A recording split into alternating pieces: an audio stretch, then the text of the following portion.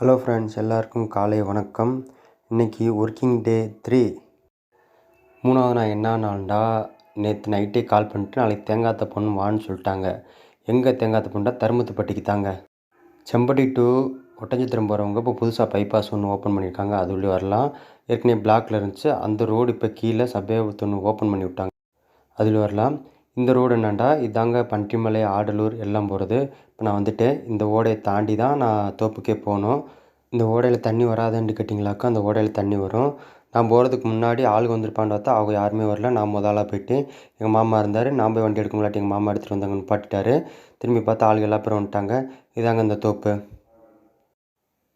காலையில் 8:30 வேலையை ஸ்டார்ட் பண்ணியாச்சு. தேங்காய் இருந்தா அரைக்கிட்டு இருக்காங்க பாருங்க. சரியான வெயிலுங்க. கடைசி நாடை கொண்டு போகிறேன். மழை சரியான மழைங்க. அப்போ நான் சொன்னேன் சரியான வெயிலுன்ட்டு, கொஞ்சம் நீங்களே பாருங்களேன் எப்படி மழை பெய்யுதுன்ட்டு. நனைஞ்சிட்டேங்க, ஃபுல்லாக நனைஞ்சிட்டேன்.